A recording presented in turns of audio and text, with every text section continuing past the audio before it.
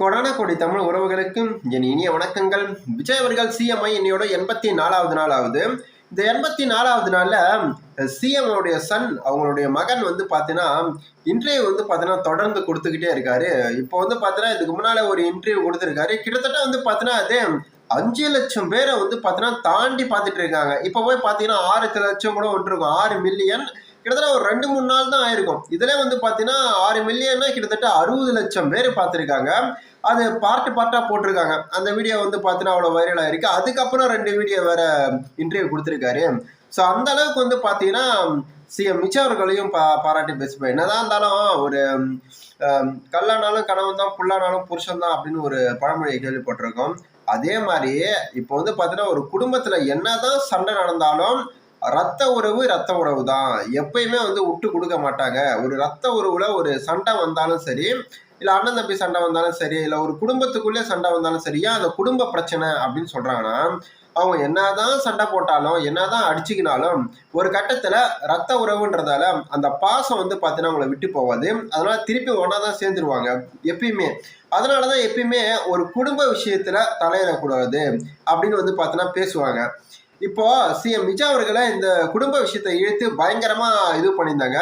இப்போ அவர் ஒரு video Joseph விஜயோட மகன் வந்து பார்த்தீங்கன்னா ஒரு வீடியோ போடும் போதே பயங்கரமா அடி விழுந்துச்சு நிறைய பேருக்கு. என்னப்பா அவங்க அப்பா வந்து விட்டு போயிட்டாரு, அவங்க அப்பா சரியா கண்டுக்கலன்னு சொன்னா விஜய் அவங்களுடைய பையன் எப்படி அப்பா மேல பாசம் வச்சிருக்காரு. நான் எடுத்தா வந்து பார்த்தீங்கன்னா ஹாலிவுட் படத்துல அவர் தான் ஹீரோவா இருக்கணும், எங்க அப்பா தான் ஹீரோவா இருக்கணும் அப்படின்னு சொல்ற அளவுக்கு இவர் பாசம் வச்சிருக்காரு.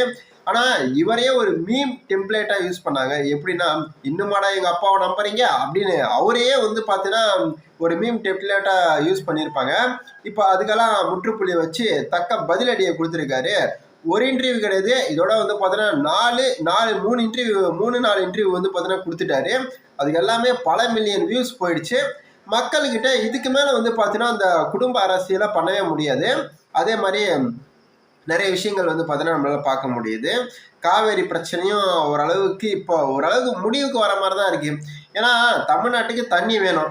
இப்போ காவேரியில திறந்து விட்டாங்க. ஏன் வந்து பார்த்தீங்கன்னா அங்கே வெள்ளப்பெருக்கு அதிகமாகி இதுக்கு மேலே தண்ணியை தேக்கி வச்சா ஒன்று டேம் உடஞ்சிடும், அப்படி இல்லைன்னா நம்ம ஊருக்கே தண்ணி அதிகமாக ஊரெல்லாம் நாசமாக போயிடும் அப்படின்றதுக்காக டேமை திறந்து விட்டுருக்காங்க. டேம் திறந்து விட்டதால தமிழ்நாட்டுக்கு தேவையான ஓரளவுக்கு தண்ணீரும் வந்து பார்த்தீங்கன்னா கிடைச்சிடுச்சு. ஸோ அதனால் வந்து பார்த்தீங்கன்னா பிரச்சனை ஓரளவுக்கு சுமூகமாக தான் போயின்னு இருக்கு. ஆனால் இதுக்கு தீர்வு வந்து பார்த்தீங்கன்னா கிடைக்கல. ஏன்னா வந்து பார்த்தீங்கன்னா தண்ணி அங்கே எக்கச்சக்கமாக அதிகமானாதான் திறந்து விடுறாங்களே தவிர நமக்கு தண்ணி கொடுக்கணும் அப்படின்ற எண்ணத்தில் ஒரு சொட்டு தண்ணி கூட அவங்க தர மாட்டேங்கிறாங்க. இப்போ தமிழ்நாட்டில் தண்ணி பிரச்சனை வந்தாலும் சரி, விவசாயிகளுக்கு பிரச்சனை வந்தாலும் சரி, அங்கே இருக்கிற மக்களுக்கு குடிக்க தண்ணினாலும் சரி, ஒரு சொட்டு தண்ணி கூட தர மாட்டேங்கிறாங்க. ஆனால் அங்கே வெள்ளப்பெருக்கு அதிகமானா மட்டும் நமக்கு தண்ணி தராங்க. இது எந்த அளவுக்கு நியாயம் நமக்கு தெரியல. இன்னொரு விஷயம் சொல்கிறேன்னா வச்சுங்களேன், நம்ம ஊர் சைடு இந்த காவேரி ஆறு அங்கேருந்து இங்கே வந்துக்கினே இருக்குன்னு வச்சுங்களேன், அப்படியே ஒரு அணையை பெருசாக போட்டு அந்த ஆற்றையே அப்படியே தடுத்துட்டா எப்படி இருக்கும்? அது ஒரு தப்பான விஷயம் தானே. ஏன்னா இயற்கைன்றது எல்லாருக்கும் பொதுவான விஷயம்.